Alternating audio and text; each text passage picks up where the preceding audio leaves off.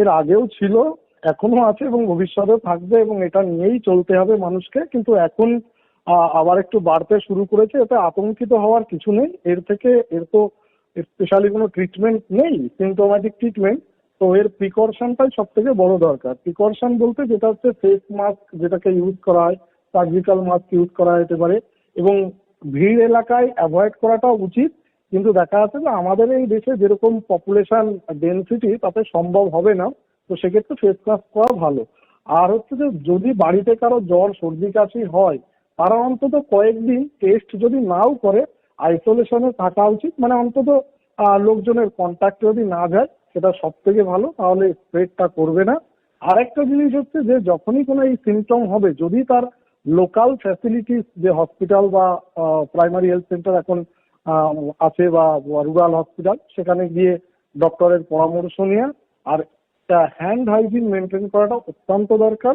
আর যারা বয়স্ক পেশেন্ট, বিশেষ করে যদি কোমরবিডিটিস থাকে, hyper tension, diabetes, heart disease, বা স্পেশালি সিওপিডি বা ব্রঙ্কিয়াল অ্যাজমা যাদের আছে, তাদের ক্ষেত্রে প্রিকশন নেওয়াটা কিন্তু অত্যন্ত দরকার। তাদের ক্ষেত্রে যদি জ্বর সর্দি কাশি বা শ্বাসকষ্ট দেখা যায়, তাদের ক্ষেত্রে কিন্তু অবশ্যই লোকাল ফিজিশিয়ান বা ফ্যামিলি ফিজিশিয়ান বা হসপিটালে গিয়ে দেখানো উচিত। এবং তার গাইডেন্স অনুসারে সে যদি সাজেস্ট করেন যে কোভিড টেস্ট করতে হবে, তখনই কিন্তু করা উচিত, বিশেষ করে যদি সিওপিডি পেশেন্টের শ্বাসকষ্টের সমস্যা দেখা যায়। আদারওয়াইজ এখন যেটা ওমিক্রনের যে ভ্যারাইটিসটা স্প্রেড করছে, এটা স্প্রেড করবে খুব বেশি, কিন্তু এর সিভিয়ারিটি সেই অর্থে কিন্তু খুব বেশি নয়। তার কারণ হচ্ছে যে আমাদের এর আগে কোভিডের একটা প্যান্ডেমিক হয়েছে, তো অনেকেই ইনফেক্টেড হয়েছে। তো তাদের ক্ষেত্রে বডিতে একটা ইমিউনিটি তৈরি হয়েছে, এবং ভ্যাকসিনও অনেক লোক পেয়েছে। তো তার ফলে আমাদের যে মেমোরি সেল, সেটা একটা ইমিউনিটি তৈরি করেছে, এবং যতটা ইমিউনিটি তৈরি করেছে সেটা তো অনেকটাই আহ, আহ, এই ডিজিজটাকে প্রিভেন্ট করবে। মানে এখন যদি স্প্রেড করে সেটাকে প্রিভেন্ট করবে।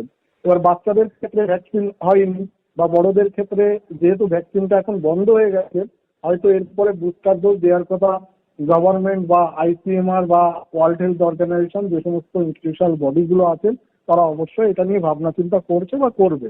হয়তো ভ্যাকসিনের বুস্টার ডোজ দেওয়ার কথা ভাবা যেতে পারে।